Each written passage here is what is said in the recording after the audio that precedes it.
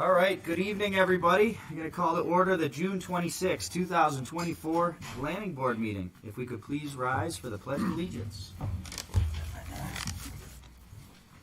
pledge allegiance to the flag of the United States of America and to the republic for which it stands, one nation, under God, indivisible, with liberty and justice for all. All right, so we will get right into administrative board work. I'm looking for a motion to approve the minutes of June 5th. So moved, Mr. Chair. Motion, do I have a second? What are we doing for voting? We get 6 regular members and one of our ex officios, so we got 7 voting members. There is a quorum. And the chair can also proceed. Fantastic. That's why I've got this guy. He helps out, you know. Got to tabulate everything. I'll second that. Want to make sure the public Thank knows. you. I have a second. All in favor, please say aye. Aye. Aye. Opposed? Any I'm abstaining. abstentions? Yeah. As well. You too? Okay, perfect. All right. And I am looking for a motion to approve the minutes of June 12th, 2024. Mr. Chair, I'll move that we accept the minutes of June 12th, 2024 as presented. I have a motion. Do I have a second? I have a second. All in favor, please say aye. Aye. Any opposed? Chair votes in the affirmative, and you're an abstention, correct? I'm an abstention. I thought we were just doing the 12th. That's Oh. the one I missed. So All right. So there we go. Fantastic. I'll start listening now. That's all right. It's a Wednesday. All right. Regional impact determinations. Kelly, we don't have any? None this evening, Mr. Chair. Fantastic. And discussions with town staff. I'm all set. You have one extension request this evening for the Vista East and West site plan. We're requesting extension to September 25th. So I am looking for a motion to grant an extension request to September 25th, 2024 for the Vista East and West medical site plans. Mr. Chairman, I'll make a motion that we extend the date for Vista Ridge, it's lost it here, September 25th. to September 25th, 2024. I have a motion. Do I have a second? Second. I have a second from Jason. All in favor, please say aye. Aye. Opposed? Chair votes in the affirmative. And the extension request has been granted. All right, Kelly, I have a brief update on the master plan. Thank you, Mr. Chair.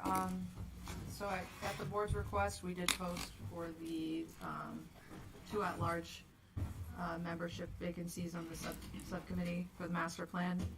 We received 7 applications. Today was the deadline.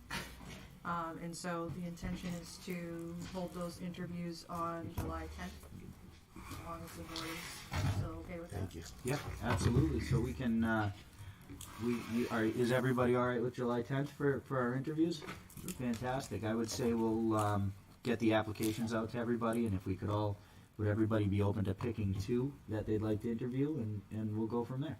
I think you might consider interviewing everybody. Yeah? All 7? All right, I like it. I Let's think do it's it. best to listen to everyone, see what they have to offer. What else do we have on the meeting for July the 10th? Waste management. We have waste management and we have 2 new applications, a rezoning and a lot line adjustment. Okay, so, And it is also a master plan work session. yes.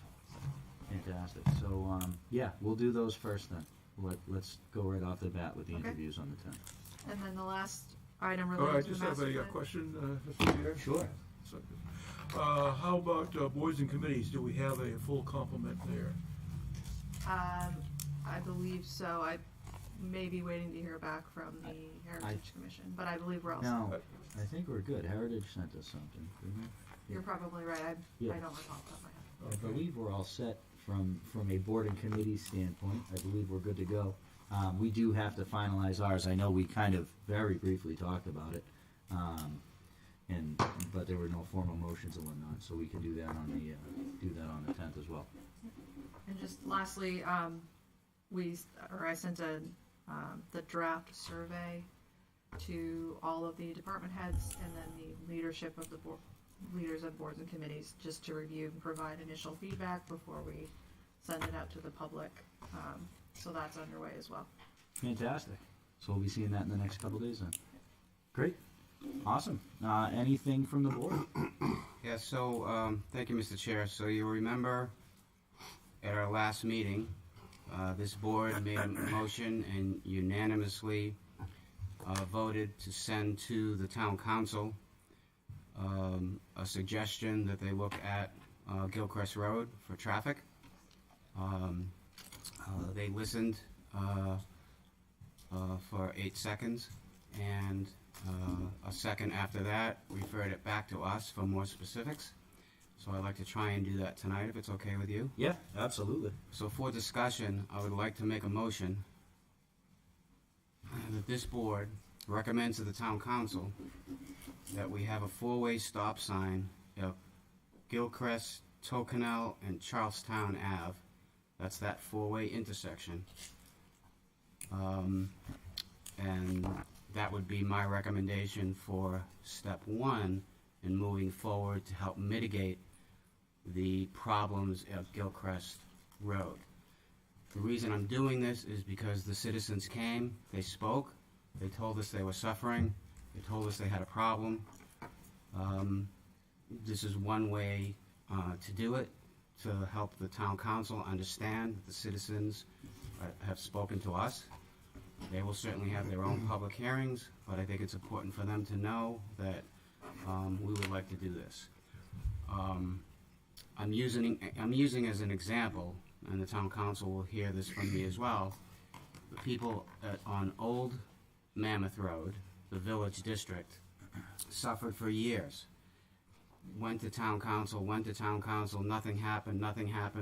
The discussion was about, the first discussion was about stop signs, then there was studies, then there was crash gates, there was tabletops, there was rotaries, and then after I don't know how many years, it came all the way around full circle The stop sign. to stop signs. I'm saying, what harm does it do to start with stop signs, no pun intended? If it doesn't work, then we'll go back to the drawing board and start over. So that's my motion. I would like a second for discussion so that we can talk about it as a board and then make a decision if we want to move forward or not. Sure. Could you just, before we make a second, could you just say just your motion? And then I'll look for a second on The it. motion is to have a four-way stop sign for this board to recommend to the town council that there be a stop sign, a four-way stop sign at Gilchrist, Charlestown Ave, and Tokenel Drive. Perfect. I have a motion. Do I have a second? I'll second. Mr. Chair, Tony is an alternate, but I'll Oh, gladly yeah. make the Yeah. motion. Please, Thank you. And same verbiage. thank you. Thank you. So I have a motion. I have a second. And any discussion? I'd like to see it at Ross Drive, because we had a lot of people from Ross Drive come to our meetings and complain. That's just the street of Levitt, I believe. So the reason why I didn't do it at Ross Drive is because there's no natural four-way intersection there. And the people from Ross Drive have Gale Road to get onto Tokenel. To get And, to the and stop sign. from the people that I know that live on Ross Drive, and I know several of them, they said they're going that way anyway because there's a corner in the road at Ross Drive Right. that's dangerous for them to go north. And so they have been using Gale Road to go to Tokenel to go north. So that's why I didn't put it there. That and the Well, I fact said that that there's no because they were natural the four-way. ones complaining. And that would make it easier for them to get out onto Gilchrist I could without underst- having to go through a maze of. I could understand his placement, though. I mean, you know, if we're gonna pick one or the other, I would certainly want to pick the one where we could get all four ways to come to a stop. So I And can- understand this is part one. Yeah. I'm going to be asking later on, or Art's going to be asking later on, once the developments build out on the east and west side of Gilchrist Road, that wherever the natural four-way is, either Boston or Albany, I think it's all. I think it's Albany, because it's going to be a natural four-way Yeah. streets there to have another one there. this is just step one to help these folks. Is it perfect? No. Is it going to work? Probably, but we really don't know. But for very little money, and if it doesn't work, then we take the stop signs down. Stop signs don't have an expiration date on them, and they can be reused forever. So Yep. that's where we're at. Anything else?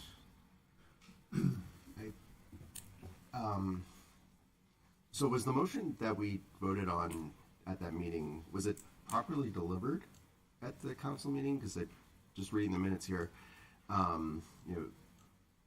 member L. Wiles made a motion to recommend to town council that they look at Gilchrist Road regarding traffic mitigation. I guess my only hesitation would be, well, you did. As did Councilor Faber. Yeah. Okay. I'm just wondering why the council just was The council wanted, or their response, as Tony stated, was come back to the council with specifics. So I think maybe we gave them a 30,000-foot view with that motion, Sure. and they're looking for a more specific one. I think is part of it. Yeah. I guess when I reviewed that, I don't think it was. Delivered, right? Yeah, I didn't. Yeah. Well, I think, if I may, Mr. Chair, But if it's it probably would be beneficial for somebody from the planning board to relay it directly to the council. okay. I can do that. Were you at the hearing? I had to leave. Oh. Something about a Celtics game. Oh. Yeah. I would be more than happy to, at the next council meeting, I would be more than happy to come with you as well. Thank you. So I have a motion. What's up? No, I'm just thinking. I have a motion. I have a second. They're gonna. Any other conversation? Seeing none, all in favor, please say aye. Aye. Opposed? Chair votes in the affirmative, and we have a new motion, a new, more clear motion to the council that we will follow up with them on. All right. Thank you, Mr. Chair. Thank you, board. Not a problem. We have no old business today, so new business. We have a public hearing on an application for formal review of a site plan for infrastructure associated with the Village on Technology Hill PUD, including roadways, water, sewer, electric, and gas utility services, zoned Industrial 1, Industrial 2, and Village on Technology Hill PUD. Londonderry Holdings LLC is the owner and applicant, map 28, lots 31-6, 29-2, and map 17, lot 2, 5-3, 5-4, and 5-5. We have to look at completeness. Staff. Mr. Chairman, members of the board, there are 3 outstanding checklist items. If the board decides to accept the application as complete, these items should be waived for acceptance only. Item number 1, the applicant has not provided utility clearance letters for telephone, cable TV, sewer, or water services per Londonderry Site Plan Regulation Checklist Item Roman numeral 11-5. Second item is the applicant has not provided bridge design plans and supporting information for the checklist. Item 3, the applicant has not identified wetland impacts associated with the proposed bridge crossing for Phase 1 per the regulations. And lastly, the applicant has not provided copies of permits for NHDS site-specific, NHDS sewer discharge in the town of Londonderry sewer per this checklist. Thank you. Nick. Nick, yeah. And walk me through these 4 completeness items and let me I know would be happy to. why they're not complete. Understood. in As the much application process. as much as we harass the telephone and cable TV companies, we apparently are not high on their priority list to have a letter that states they will provide us with those utilities. We will continue to pester them until we get those. Our apologies for that omission. In regards to the sewer, a sewer application was submitted to the sewer department. It seems to be a little confusion as to something perhaps, I'm not sure what happened, but that sewer application has been submitted. The manner in which that process is now working, and John can correct me if otherwise, is they don't provide a clearance letter until they approve of the design. Correct. All right, so that's one it's a hard one to offer until that sewer design is complete. Water service. So I actually have a fun update for that one. It's one of the things that we've been working on. We knew there were some deficiencies in the existing system. As of today, we have agreed terms, and we have copied town staff on this for a memorandum of understanding for water service for the property between Manchester Waterworks and Ken Selinsky as the applicant. There are going to be some things they have to work through. Given those pumps are deficient, we're really looking at a 3-step process. The first step being evaluating those existing pumps. We know they're deficient, but is there enough room in the existing pump house to replace them? That's what they're working on right now. Should that not come to fruition, go to step 2, make the building bigger. If the building cannot be enlarged given the constraints of the physical site, you go to step 3, which is to build a new building and to work out the resolve as to how you continue to supply water during that duration. So there's a document that will be signed shortly, but the terms of which have been agreed to relative to water service, and that's been provided to the town. How about bridge design plans and supporting information Certainly. and So wetland impacts associated with said bridge? I'll start with the bridge plans. We have now supplied stamped bridge plans. They had been reviewed with the town, but we hadn't provided a copy until they were stamped by the engineer of record. Admittedly, that was today, but they are now in the town's possession. We'll Say that coordinate. again, Nick? No, we never saw the bridge plans before. We saw the bridge. When we sat down, Two- I don't 2 want to week- be argumentative. About an hour ago, we saw the bridge plans. Okay. For clarity. Thank you. Relative to wetland impacts, I'm at a loss on this one relative to the reviewer's comment. The bridge is proposed for the purposes of no wetland impacts. There are no wetland impacts associated with the bridge. It completely spans the wetland. This is not a brook, a river, or stream whereby you have to also evaluate the bank associated with that water body. I'm doing my best not to be frustrated about that because that's an ill-advised comment and it's not applicable. And I apologize that that is on this. There are no wetland impacts, so I can answer that one quite clearly, sir. Relative to the last component, I think this is just a communication error perhaps between ourselves and staff. These applications have been provided, but I think they were provided in a manner in which it was not clear. The AOT application is included in our stormwater management report. The sewer discharge permit was provided originally but not updated. So that information is present. I think it's a matter of how you want to look at it, whether or not that information is available. I would say that those items are in large part complete. Okay. Board, I'm looking for a motion one way or the other. What would we like to do? Ask for some clarification from Yes, sir. the applicant just on the water situation. I got lost when you started talking about buildings and. No problem. So relative to the existing water service, the pumps that are currently providing this vicinity, we found to be substandard.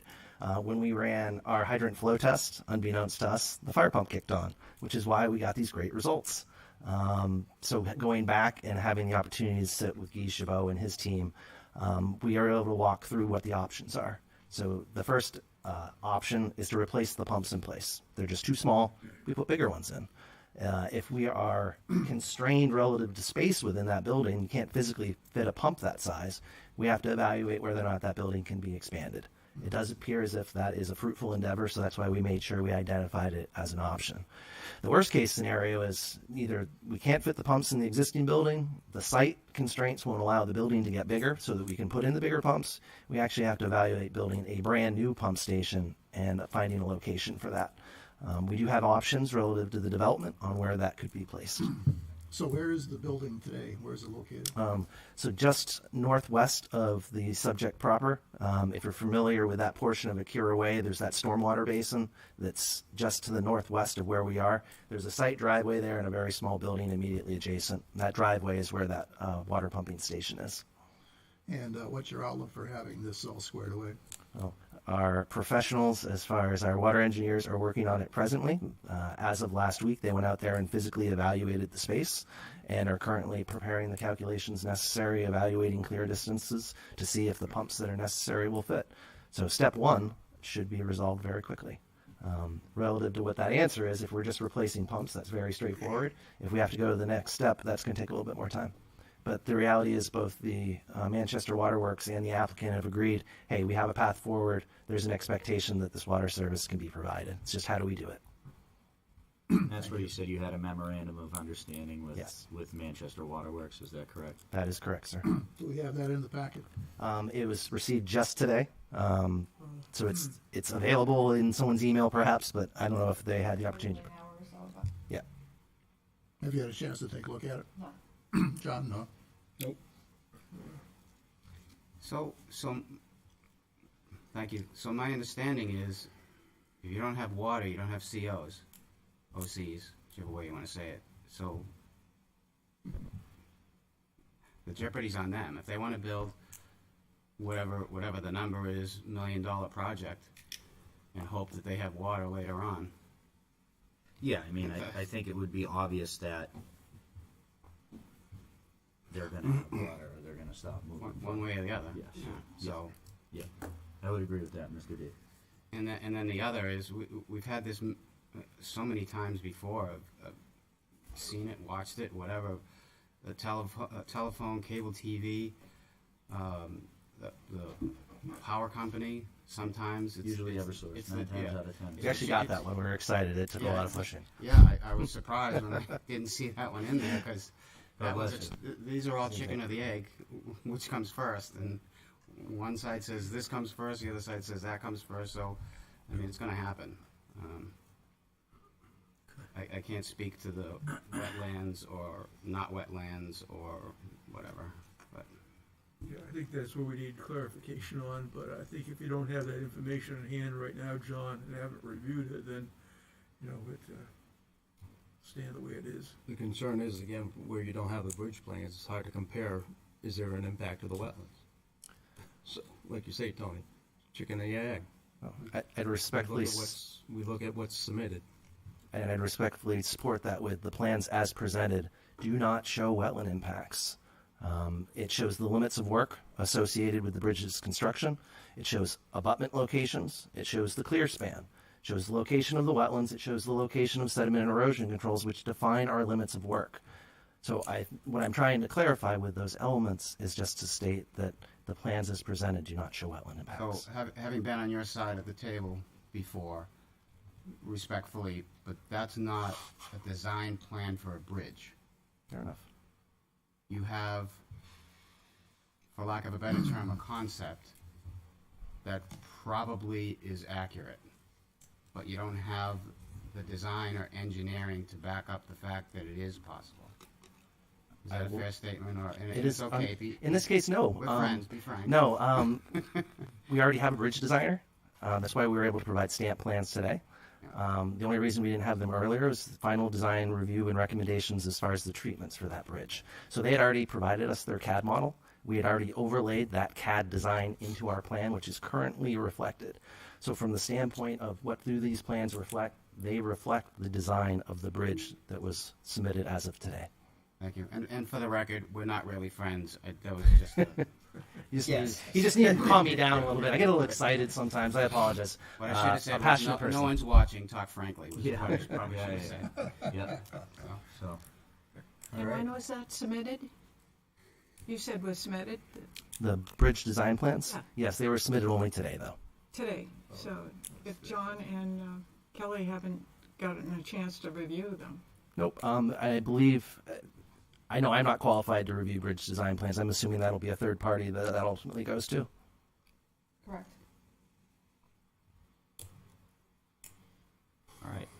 Board, how would we like to proceed on this? I'm looking for a motion. So can I ask another question? Lynn, you can ask away, sir.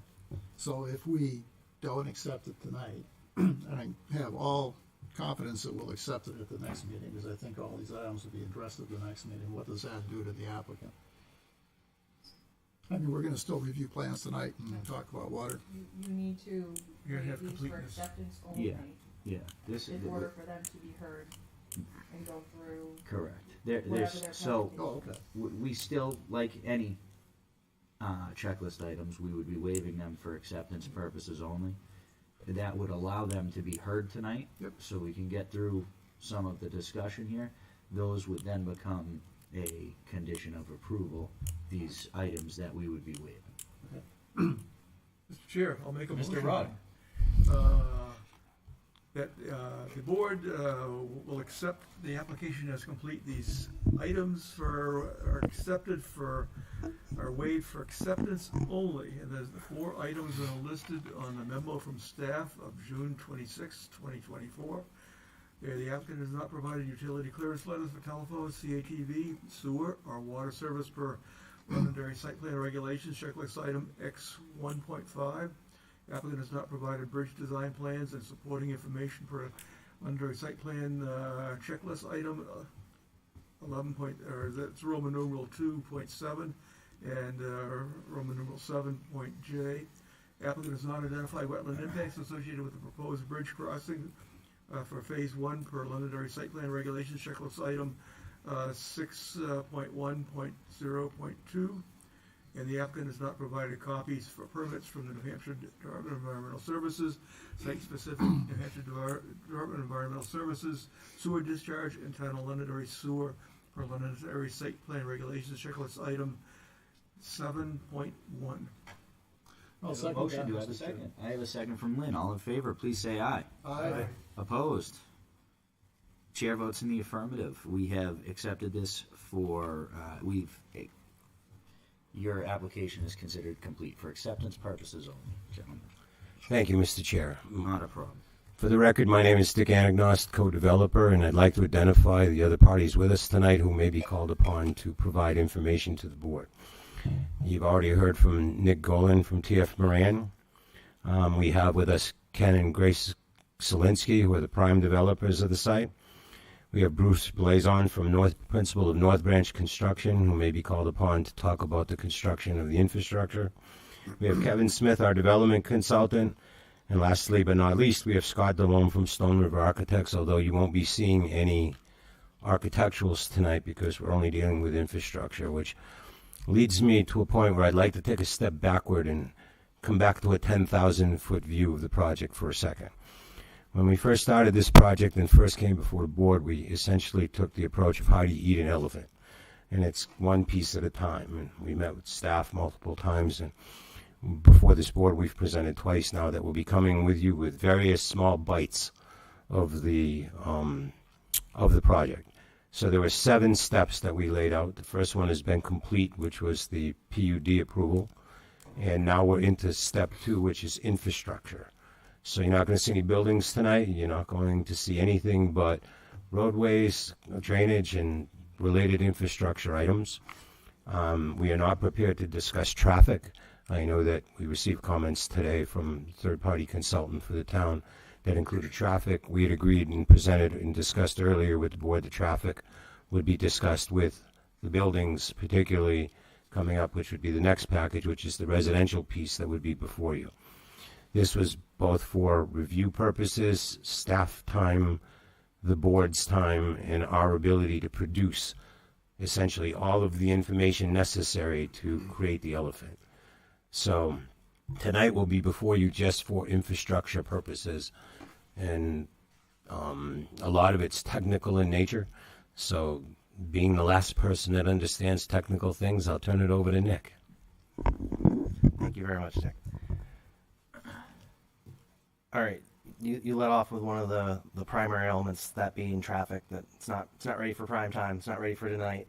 Although I did want to note, in reading through the comments, I was excited to read the first 3 pages, which essentially read, Stantec agreed with the assumptions and conclusions in our report. So that was exciting.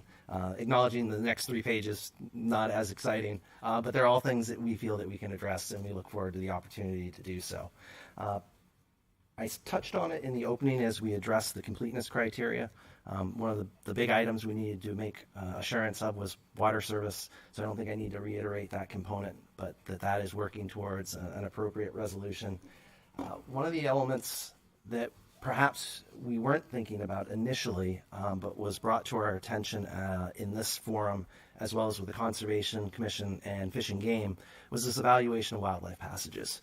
It's not something we would necessarily think of when we're thinking about infrastructure, but it's really turned into one of the most important elements for this site overall, is making sure that we are able to provide these appropriate passageways. So through coordination with Fish and Game, Patrick Fitzgibbons, who's a wildlife biologist, we were able to determine the construct of what we needed to provide. There will be turtle crossing signs. We have, because we're in the memorandum of understanding for New England Cottontail that the town of Londonderry has with Fish and Game, we have a determination of the value of the check that needs to be provided to offset those impacts. And it also provides Fish and Game the opportunity to come out, trap any of those species, and be able to relocate them to other locations. We have the wildlife seed mix that we're using along the perimeters of our property to provide appropriate transitions from the built environment to the natural environment. It's a great aspect for our pollinators, our bees, our other small wildlife. We're incorporating the Green Snow Pro certification, although I note in the comment letter that may have been an item missing from our operation and maintenance manual for our stormwater. Specific to the wildlife passages, I wanted to share this because this was something that I learned that was new. When you're looking at the distance across those culverts, it's how far can the turtle see? That is an actual criteria. There's math to it where we can evaluate to make sure there are appropriate sight lines for turtles so that they can pass through these wildlife passages. So through the coordination and efforts of Fish and Game, they've given us the guidance that we need. So essentially we'll be installing grates at the center line of our roadways, at the center span of these culverts, to make sure our turtles can see far enough so that they feel comfortable using them.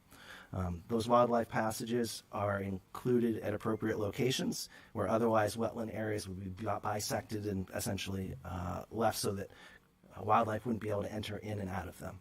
So this is essentially a 3-foot culvert with a 1-foot naturalized bottom, the materials of which are as prescribed by Fish and Game.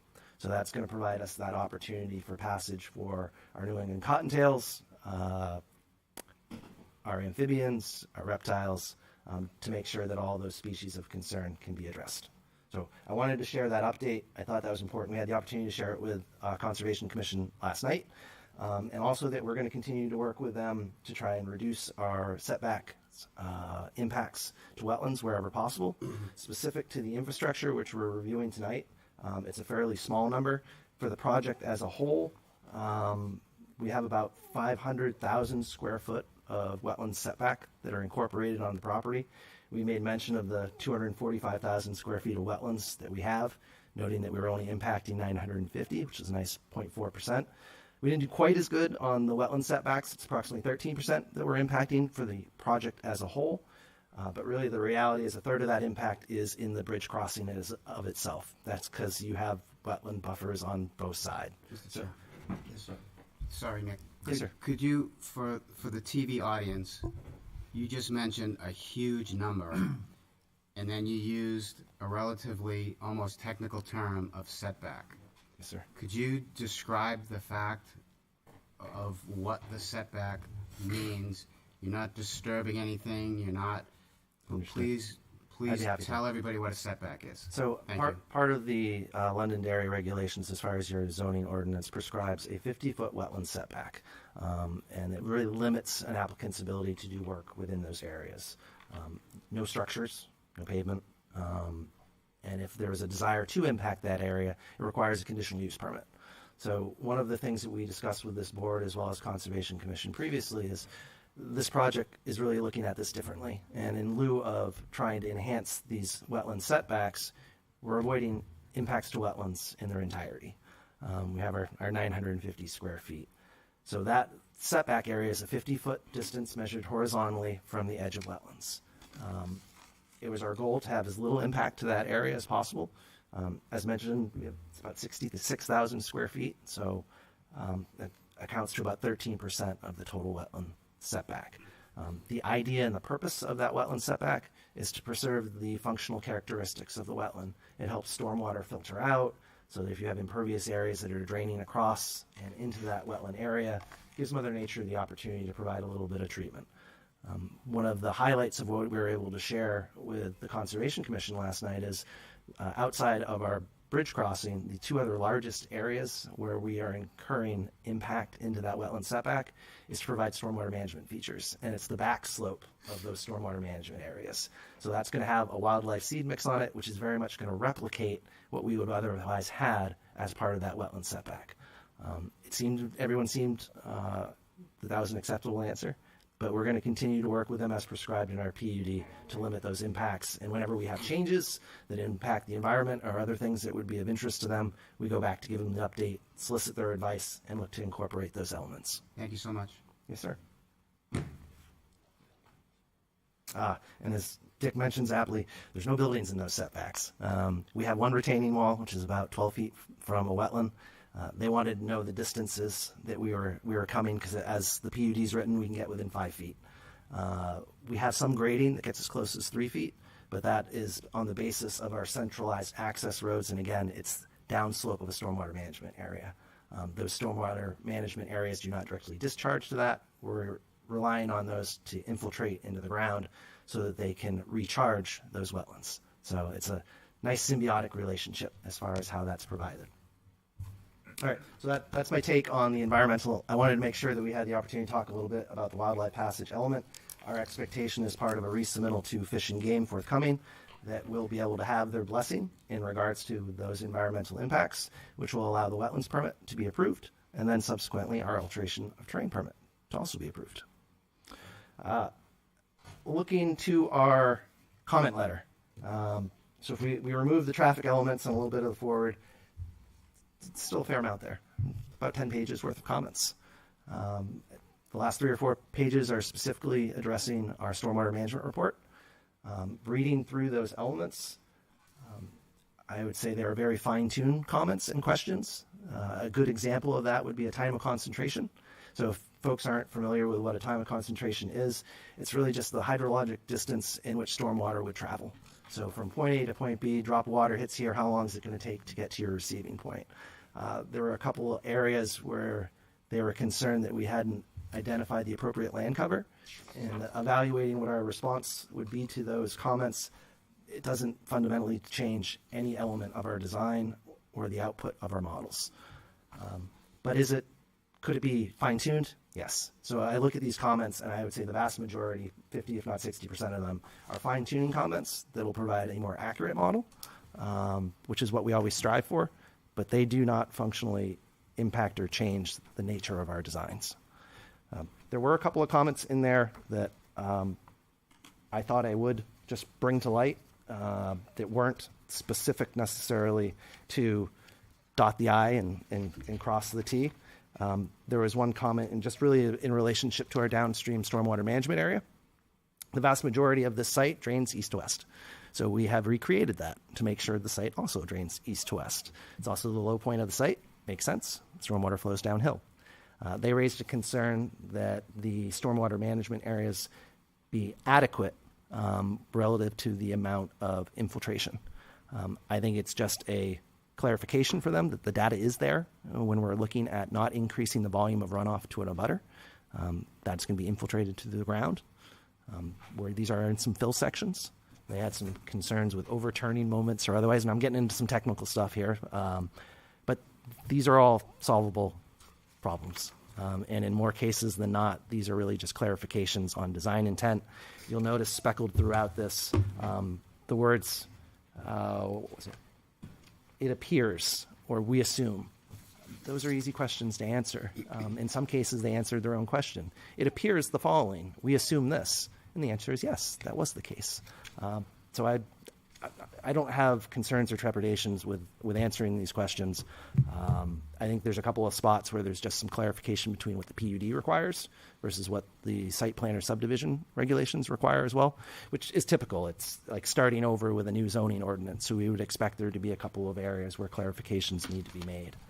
But given that we're not talking about uses tonight, we're not talking about the residential buildings or the child care or the retail,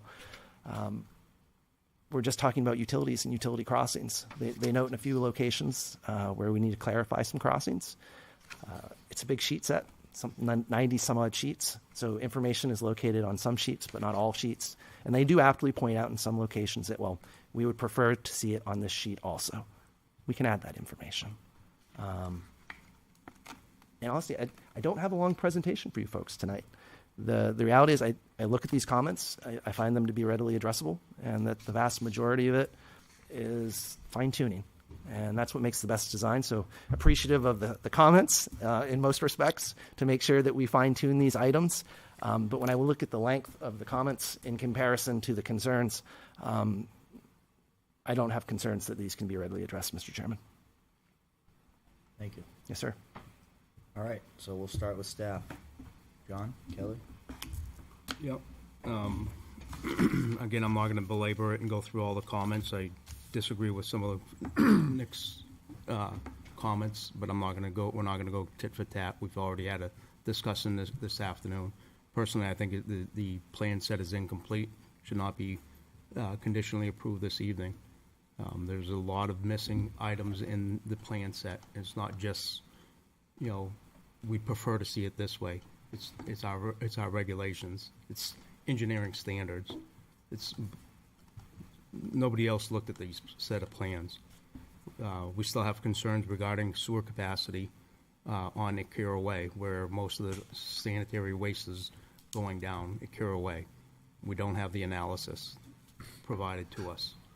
An example, and they have a pump station on this site. It identifies 28 residential units to tie into it.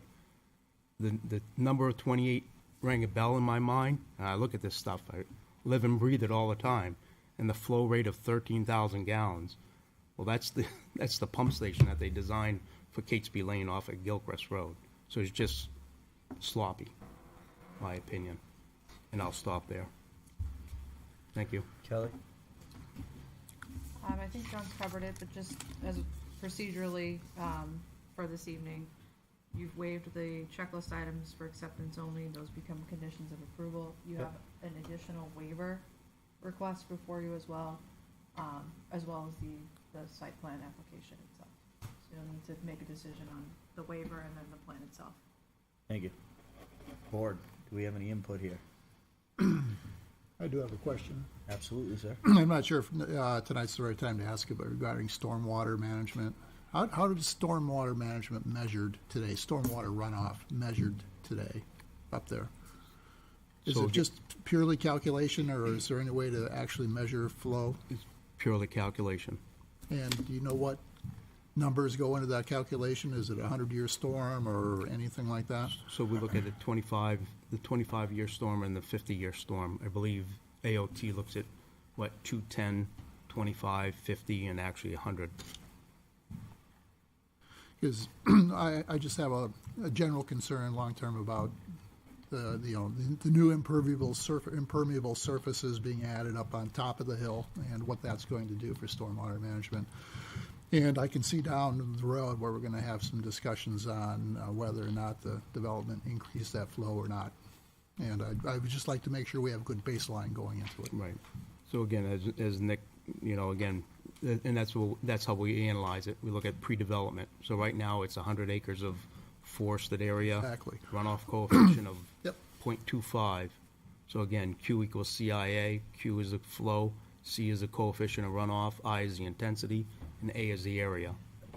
It goes from a C of 0.25 to a C of 0.9 because there's so much impervious out there. Yep. So that delta is what's going to be stored in that pond.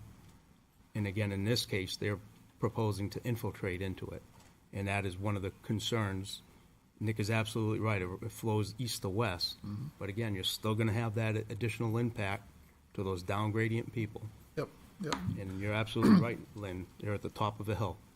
Yeah, and I'm just a little, I'm not going to stop anything from going forward, but I'm just a little concerned where we're talking about calculations for stormwater runoff up there. And we assume it goes east to west, but we don't know, and that 50-year storm, we have a 100-year storm come up, what happens?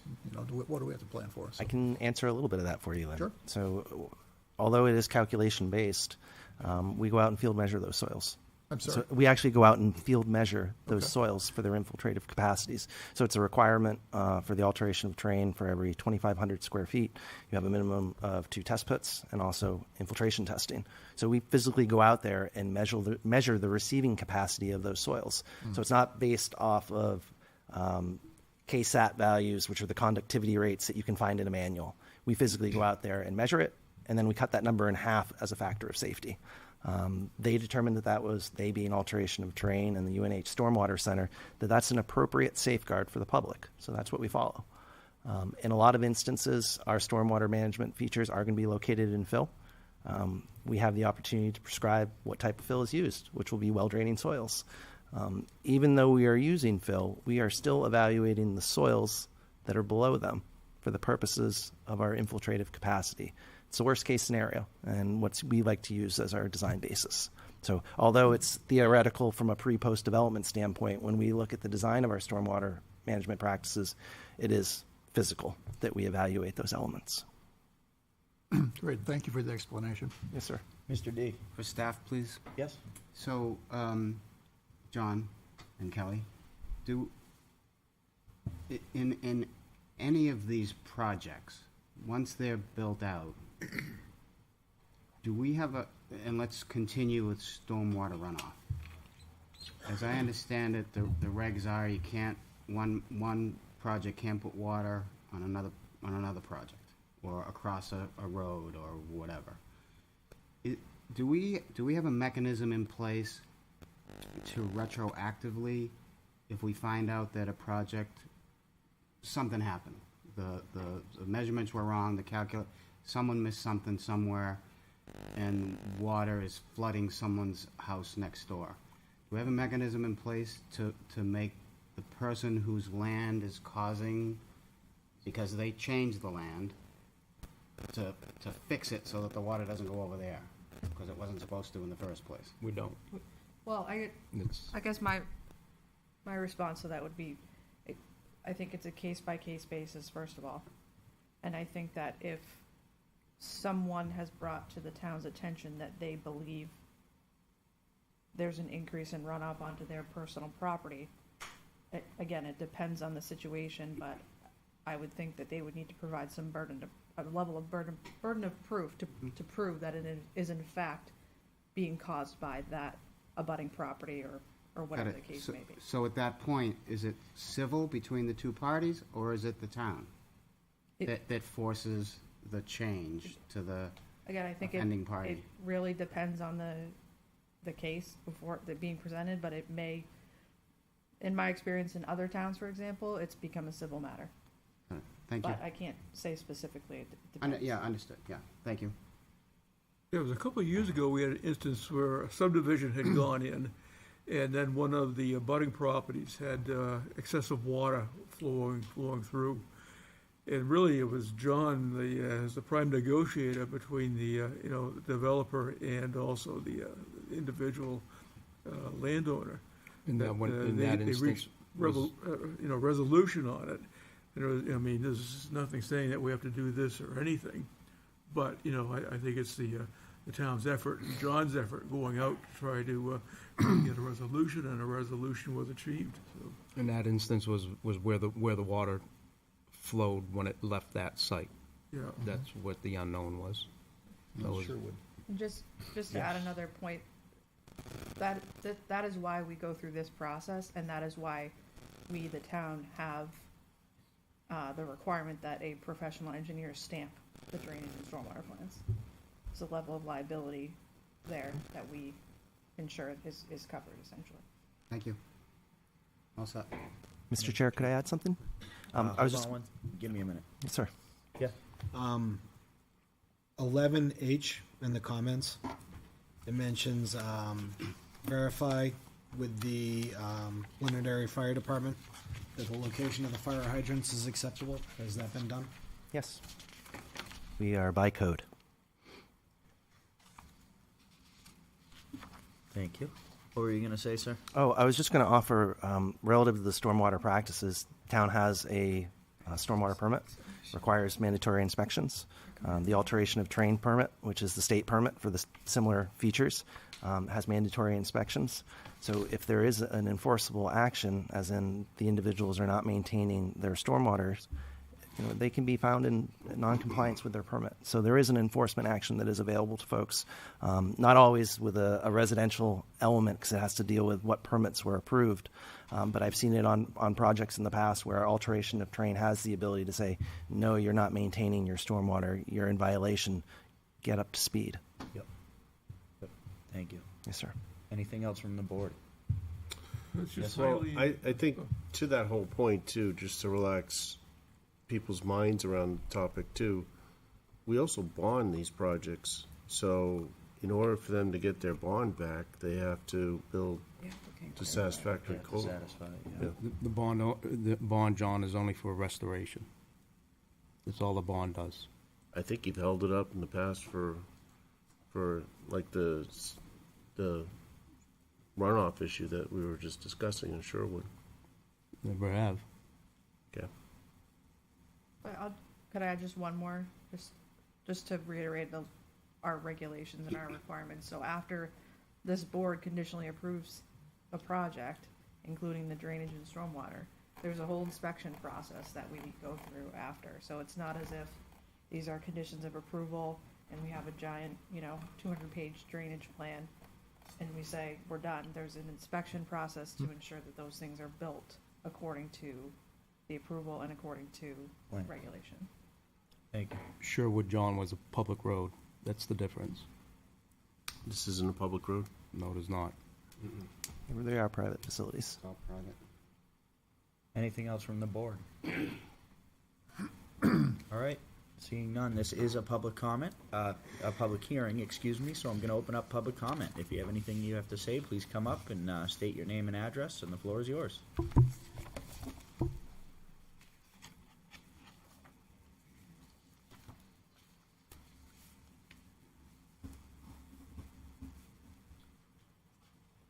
Ray Breslin, 3 Gary Drive.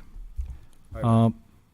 I'd just like to say that this is an extremely big project that is going to have considerable impact on the town in various ways.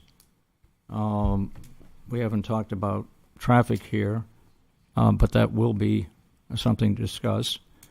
In particular, we're talking about a number of residential buildings, I believe in the neighborhood of 4 stories high, that personally I would be concerned with fire protection, how much water is there, whether there's sufficient pumps there to get the water up there, let alone to get the fire trucks up there in an emergency.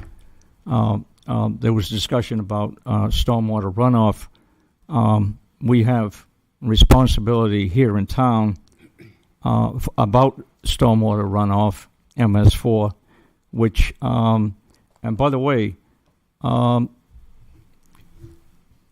what's the road that goes around the airport? Perimeter? Perimeter Road, yes, Perimeter Road.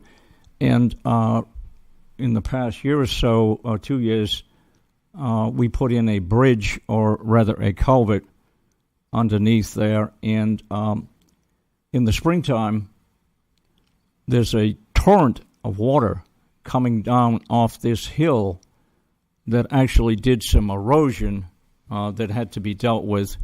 And so all of this is of concern to the town, and certainly the developer has a right to present what he's going to present, and if it meets proper criteria, I guess it can move forward. But there's certainly a lot to look at here, a lot of concerns, what the impact is going to be on the fire department, police department, DPW, water, sewer, and stormwater runoff. And so these are decisions that you folks have to make. And I hope all of this is taken into account so that we end up with something that's going to be reasonable. Thank you for allowing me to speak. Thank you, Ray. Anyone else from the public?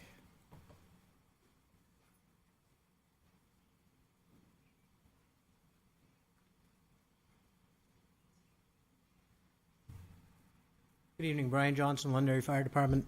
To answer your question, I have seen multiple hydrant plans. Not one of them meets our regulations as of yet. So they have resubmitted, but none of them have passed. Thank you. Thank you, Brian. Apologize, Mr. Chair. That was not my understanding at all. I will check in with Brian immediately after the meeting. Thank you. Yes. All right. Anybody else from the public? Yes, sir. Come on up.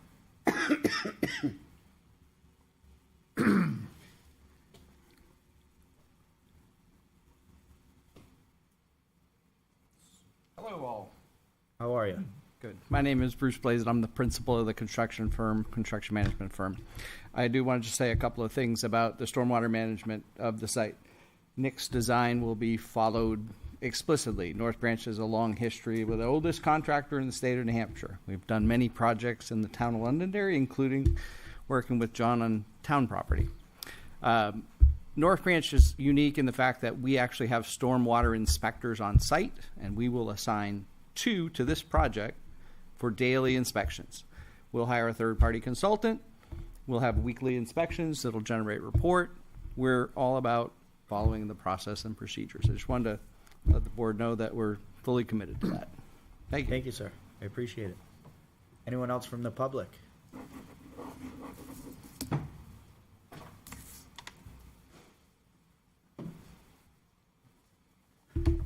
Ken Selinsky, principal,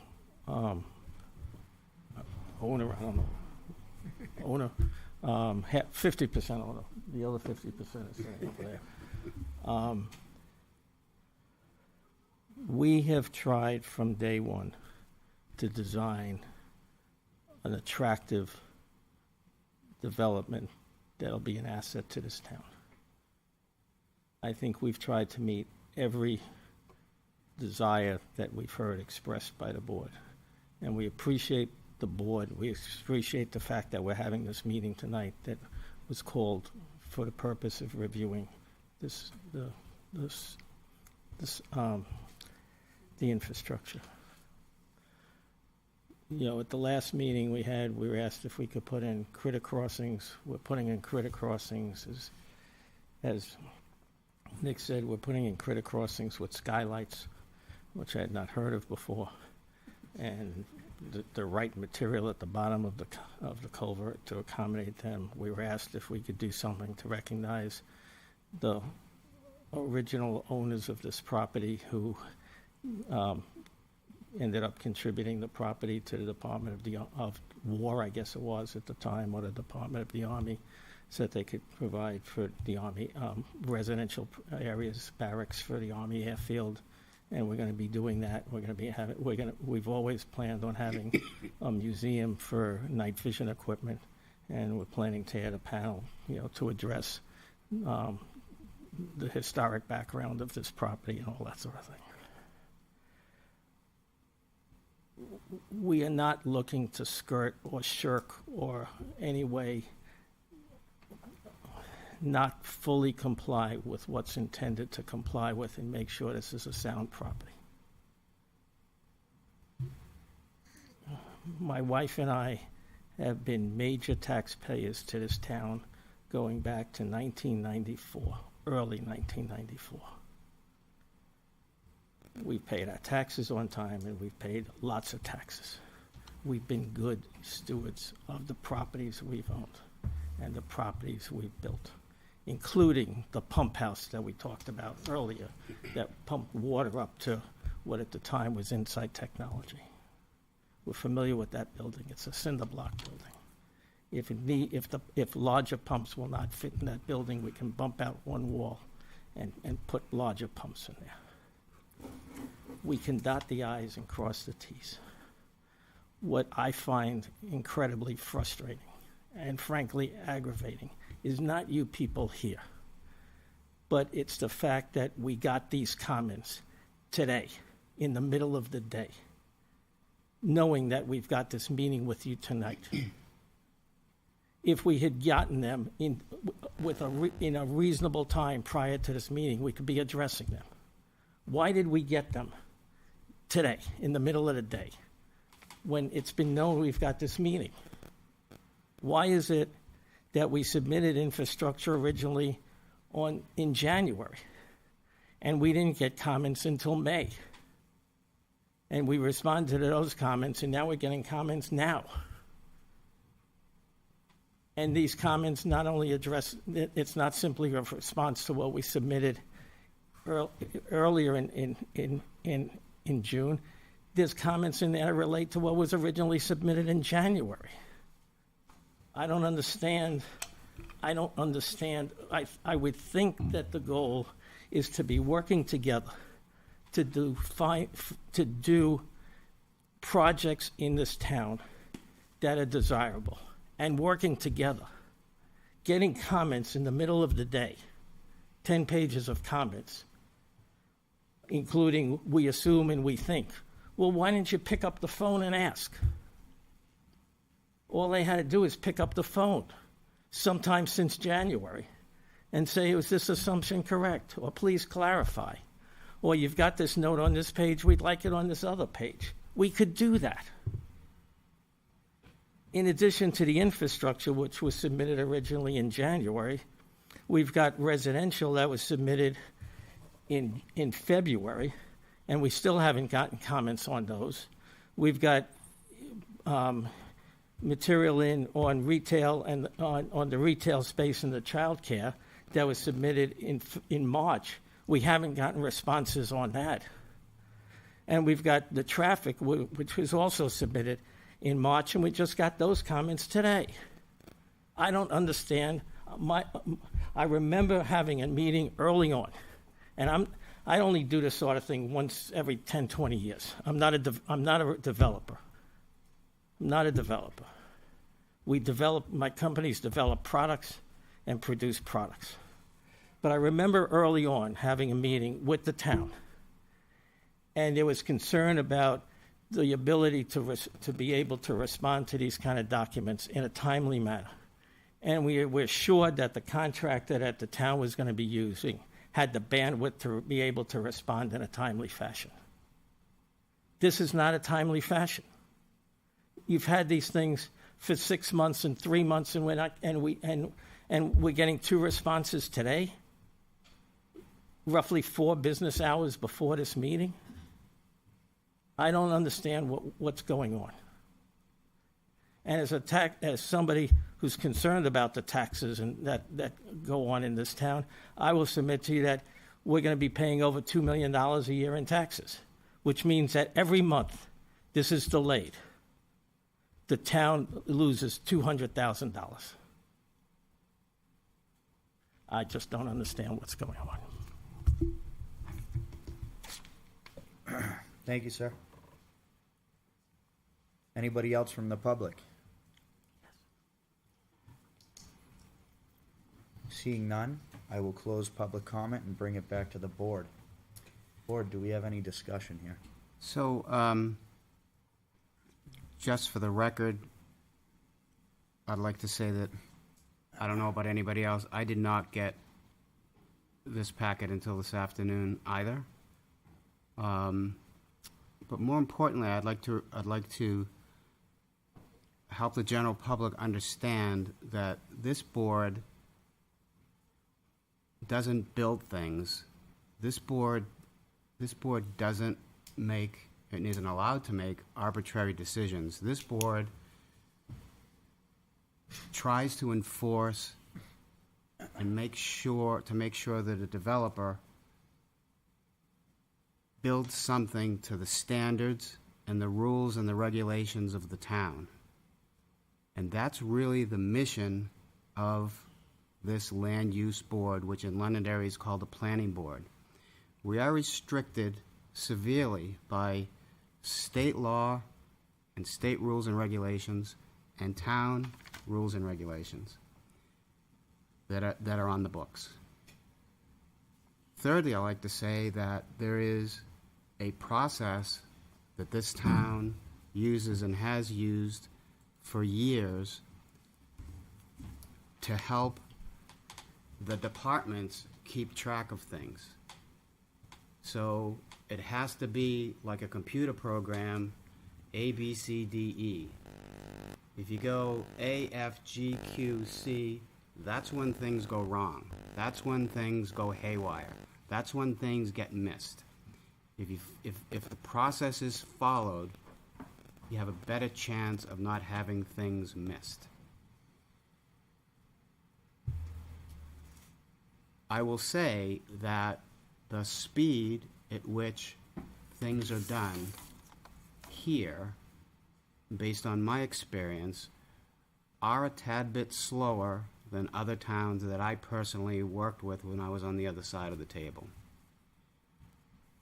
I don't know who got what, when, how, where, for how long, third-party engineers, whatever. What I know is what we get and when we get it. And I spent this afternoon pouring through it because I had the time today to do it. There might be a time when I don't have the time to do it, when it comes in late like that. It's really not our position to do the tit for tat, John's words. Who submitted what when, who got what when, who responded to what when. All we can respond to is what we have in front of us. And that's my 2 cents. Thank you. Well put, Tony. Anything else from Dan? I just wonder if we can hear any responses from staff. Anything more they'd like to say? Sure, so you're absolutely right. The comments for this evening were sent I think at 10 o'clock or 11 o'clock this morning. That's correct. I think what we need to keep in mind is that the PUD master plan, the regulatory document that we needed to have in place, meaning approved, was approved on May 9th.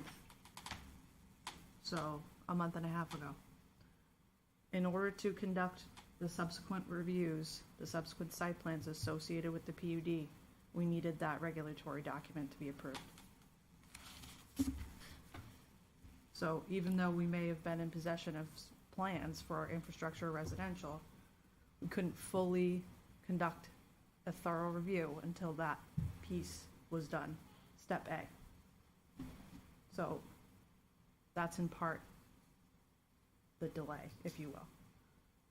With respect to receiving comments today for tonight's hearing, this is a conversation that we've had with this board many times.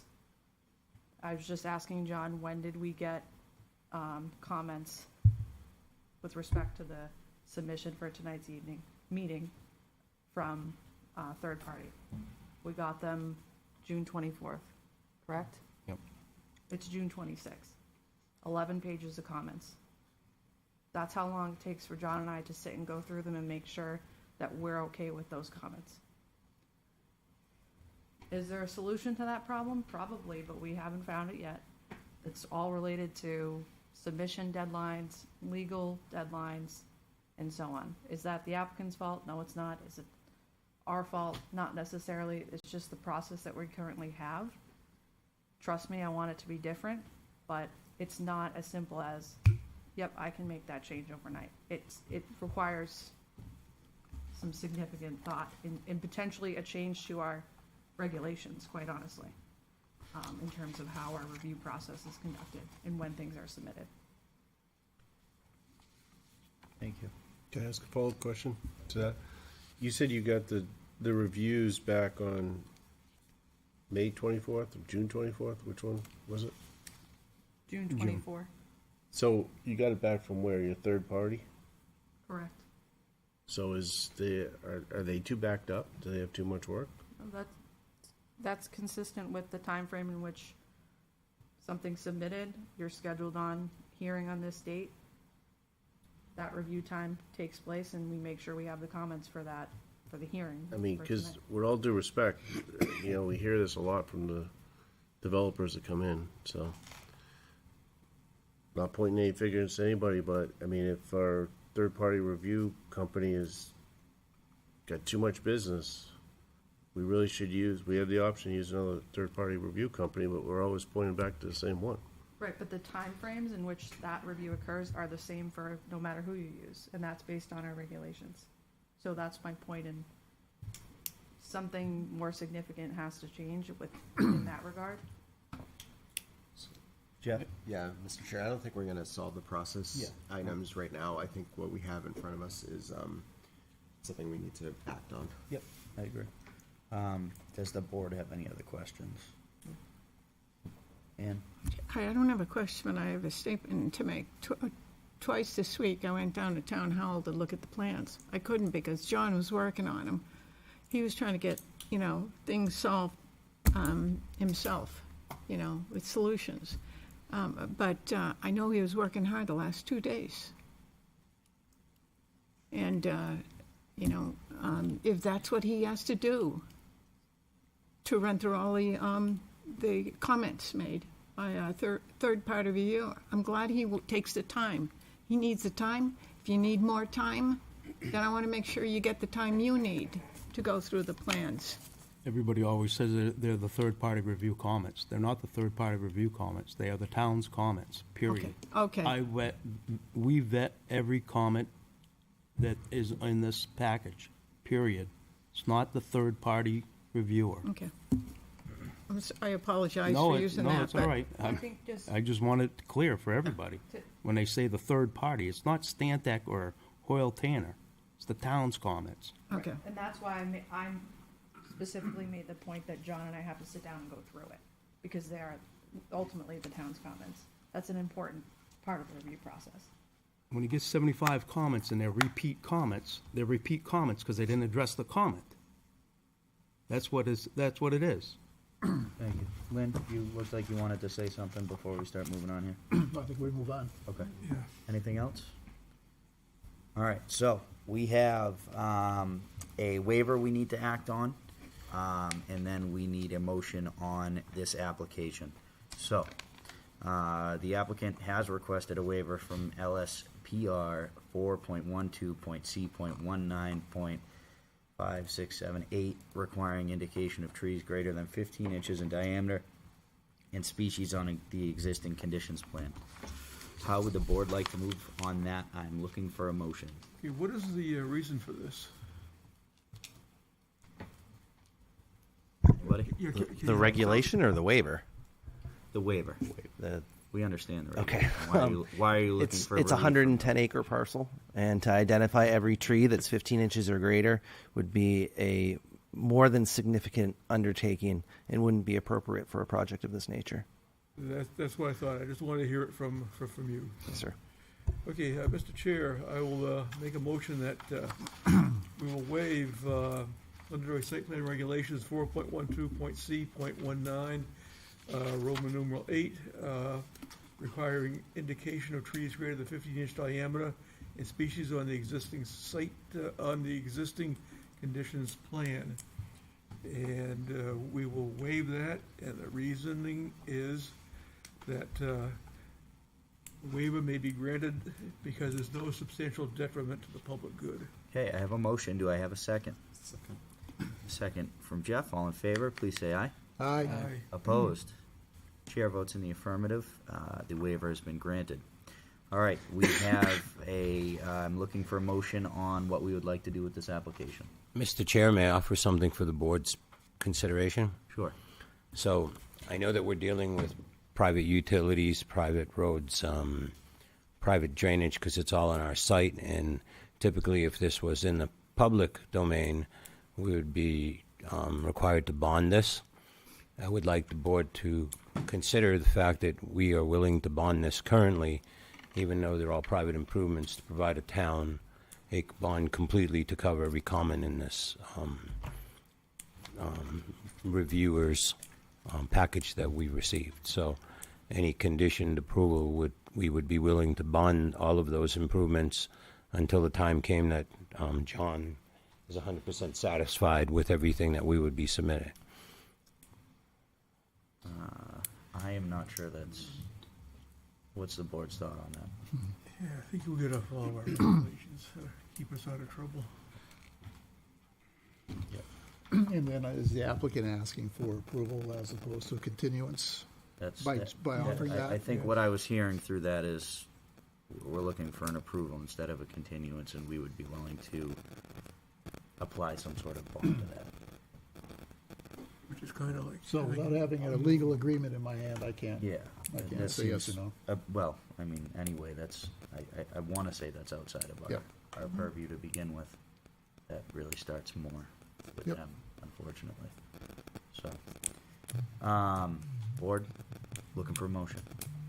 Mr. Chair, I will make a motion that we continue this application for a formal review of a site plan for infrastructure associated with the Village on Technology Hill, PUD, including roadways, water, sewer, electric, and gas utility services.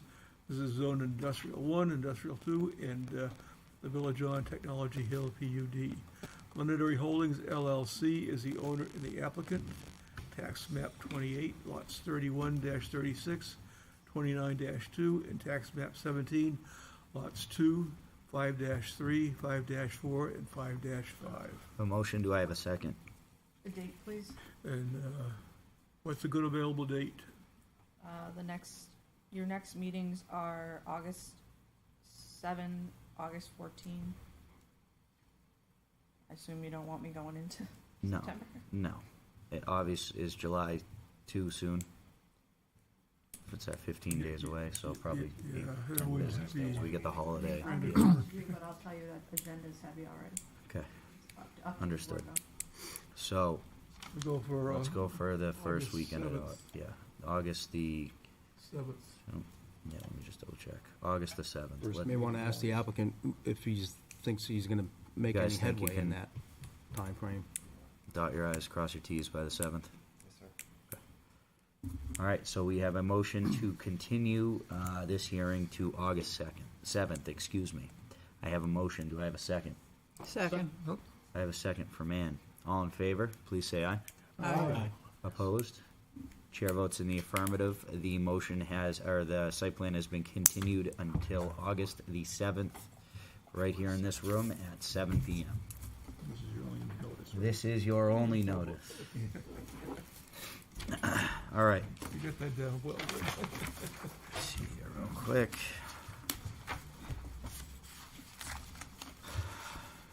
Thank you, Mr. Chair. Thank you, gentlemen. Mr. Chair, if I may ask a question of staff? Sure. So also scheduled for that night, Kelly, is the residential retail and childcare. Will we have comments back so that we can address those for that evening as well? Do you know? Your residential and your retail are on Yeah. the 7th? Yeah. Aren't those scheduled at that time? Do I have formal applications for those? We're waiting for our comments. You should have comments if I have the formal apps. Thank you very much. Thank you, everybody. Thank you. You're We welcome. appreciate your time. Can you check the box, Nick, formal? Not design review? Box check. Yeah, please.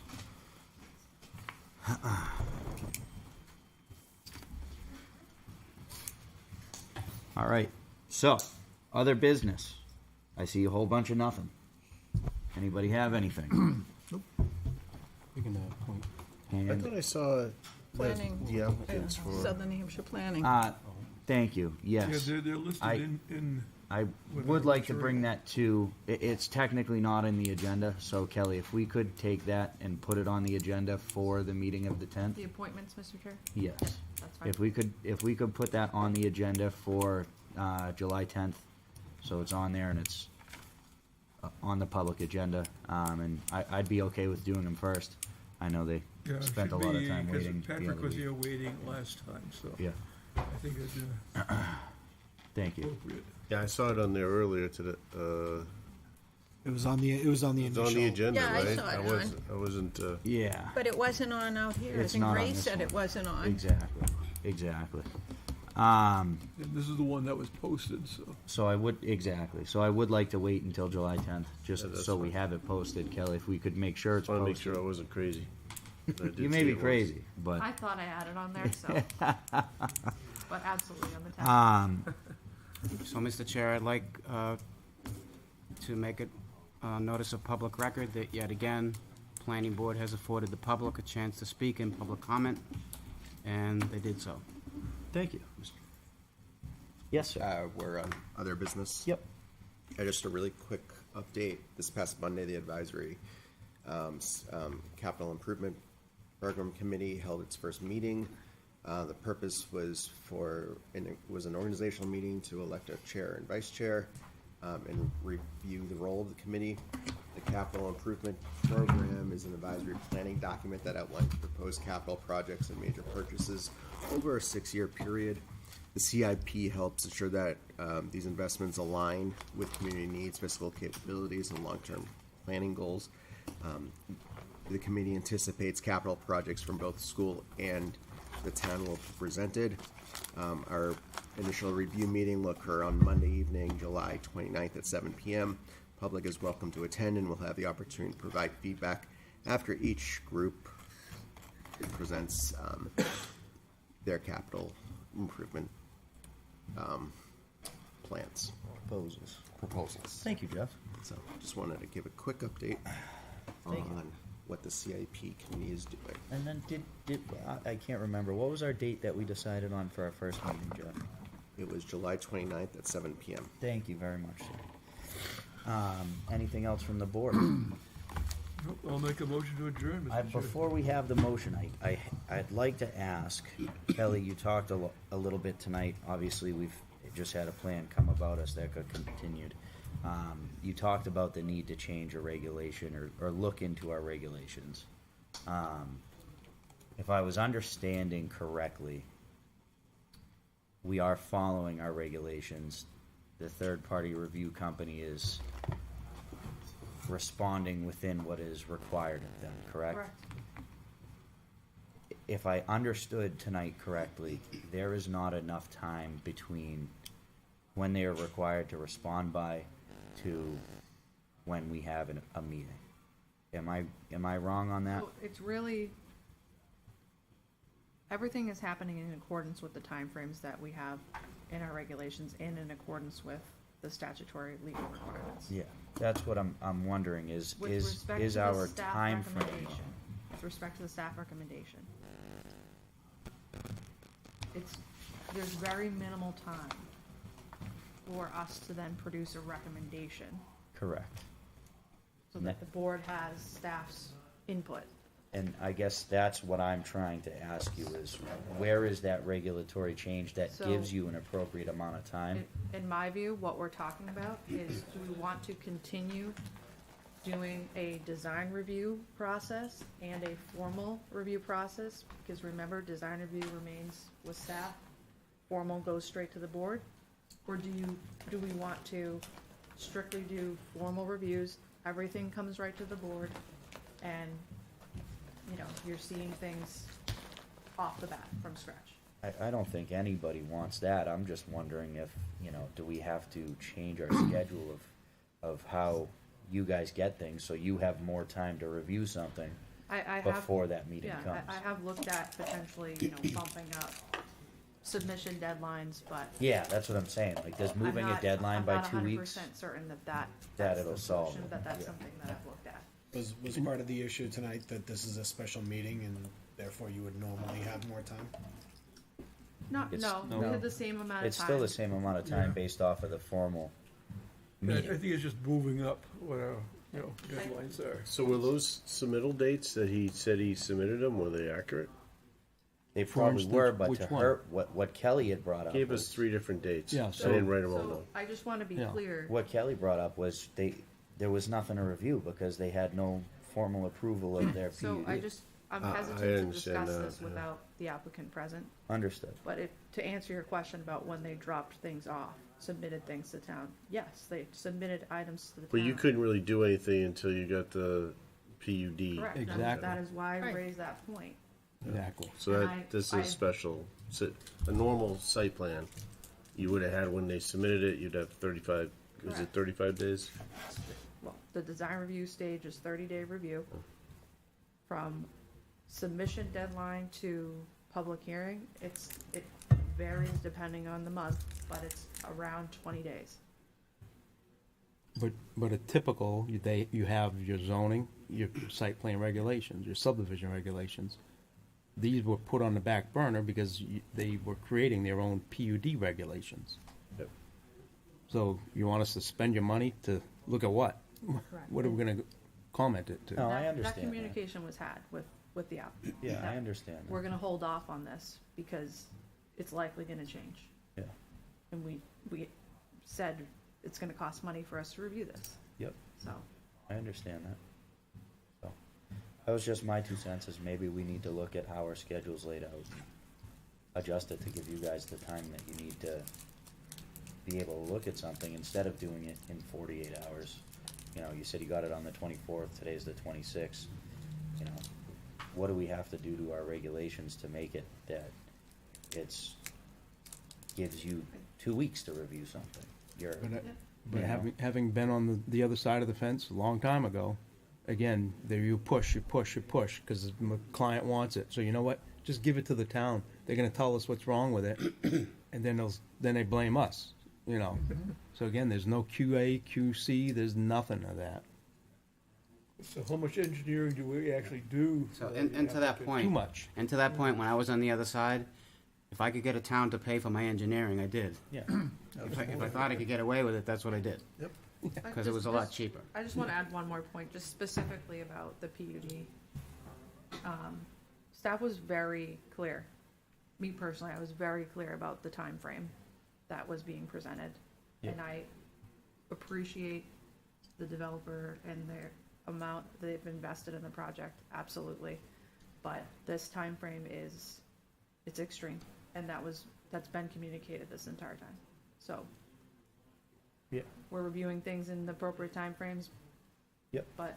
No, I understand that, and, you know, it's not, I don't by any means think I'm, you know, looking here to point blame or any of that. I'm just, you know, asking what do we do to change it a little bit so you guys have more time that you can do something. I certainly don't have the answer to I that. think we need resolution. Yeah, It's like you know, maybe 'cause do it's some not- incremental changes and see what the effect You know, is. at the end of the day, it's not like this is the only meeting that, I mean, it's pretty consistent that you are always waiting for comments back. So what I'm asking is how do we, what is the solution to that so it's no longer, well, I'm still waiting for comments? Do we need to add 2 weeks to this timeline, or, you know what I mean? I really don't know. think it's just bumping the submission deadline up about a week. Yeah. I can't do that till 2025 at this point, but because people Understood. plan their entire They calendar year. plan the whole year but based off of what we that's- I'm posted. Yeah. Pretty certain that's at least a little bit of a solution to the, Yeah. to the, You know, so Issue. obviously, Yeah, so it's clear. It's clear. oh, yeah, Hold on. Oh, yeah. We've been around. yeah, So that's a great suggestion. But for sure, they got staffing problems. They need Yeah. more. They need more people. They can't say that, but they need people, yep, and they don't have people. And who suffers? The applicant and the taxpayers. yep. So under the guise of saving money by not hiring additional staff, if they could find staff, it's in the end it's costing money because, to the applicant's point, every day you wait is a day that you're not collecting taxes. Revenue that you're not getting, yeah. So I can say it, they can't. Yep. It's clear to me and to anybody who's been anywhere that they need more staff. Yep, absolutely. Just one other thing that I'd like to add though too. So even if you give them the comments a week in advance, they're gonna work diligently so that the night of the meeting, they come in here and say, this comment, we addressed it, this comment, you're gonna look to me and say, are you all set, John? No clue. No, and that's what I'm So it getting doesn't- at is if So we, how do we clear that? that's what I'm getting at is if we move this timeline to, you know, if we change the timeline by 2 weeks, they've got a week to answer you and get it back to you. And So if you But it's- changed but your it's- final exam date back in college by 2 weeks, do you study 2 weeks ahead of time, or do you study the night before the exam? well, see, I didn't go to college, so I mean, I think this is the way the world works. But in John, some how cases. do we fix that? How do we fix that part? No, we Kelly said had a the great night suggestion, before. move it to a week. But how do we get the applicant to answer the questions well, X number of days before the actual now we're meeting? talking about, what we've also consistently talked about is quality of submissions. Yeah. That's Yeah. part of that. But, you Part know, of the solution is not just internally within town hall, it's external in what we're receiving. yeah, And in my opinion, Tony, we stay upstairs in the war room and we hash this stuff out. Because again, there are a point where, again, and they always say that, Stantec, and I always ask Kelly, they're not Stantec's, they're the town's comments, please. But then they know they piss me off, so anyways. So we stay upstairs in the design review and we go through this stuff. We go through this iteration, okay? And when you're putting calculations that don't even apply to the particular job site, I'd be humiliated.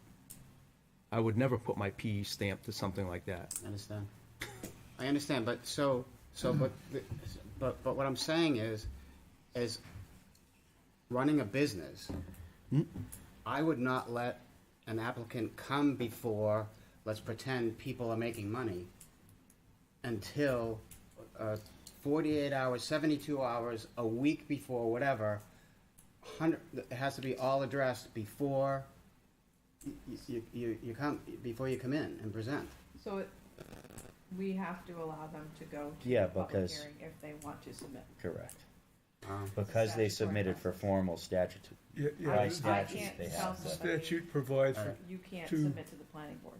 Got it, I remember that now, thank you. Yeah. I remember that now, yeah. So, in a perfect world, we hopefully will bump a submission date up, a week or whatever the appropriate time is. They'll have gone through the DRC process 1 or 2 times and they're ready. And then they still get their comments in advance so that they're at least seeing them a week or 2 in advance. And then they can have a discussion with the board and not have to say, we got these at noon. Correct. And then everything's great. Right. That's the perfect. That's what world. I'm looking for, is how do we get to the perfect? And we can do world? that, you can do that in 2025, because we have to wait Yep. until the year's over. Our submission deadlines are published through the end of the year. Yep. I don't have an issue.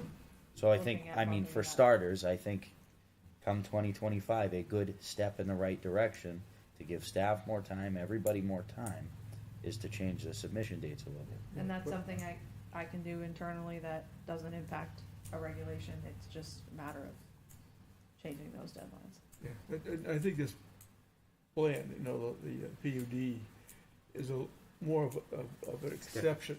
Yeah, So, oh, yeah. because I absolutely. think they really want to move a lot faster than they probably can, and certainly we probably can because of our regs. Bless you. So, I mean, this is not going to be with every single plan, so Yeah. hopefully. So, So, of course, the developer always wants it yesterday, which is understandable, but, I mean, we have our role to play also. Art, I don't know if you remember when we used to identify repeat comments with an asterisk. remember And some of the former members of the planning board, God bless their soul, used to bring that up. And you would say, why are we even listening to this? Yeah, you must remember the old Jim and Agnes days when he was chair, it's got more than 8 comments, it's continued. That's right. That was it. God bless his soul. with that, I think we've had a little bit of a productive conversation. I think we've had something that maybe Kelly's identified that we can work on for the 2025 calendar year that might help the process a little bit. Yeah, I think that's, I don't think it's the end all be all, but I think it's a step in the right I direction. think you want to do a little bit at a time to see how it works. Make a motion, Works, Lynn. hurrah. If it doesn't, well, Make a motion. I'd like to make a motion, Mr. Chair, to Yes, adjourn. sir. I have a motion. Do I have a second? Second. Sorry to cut you off, Art. All in favor, please I say was aye. going to make the motion.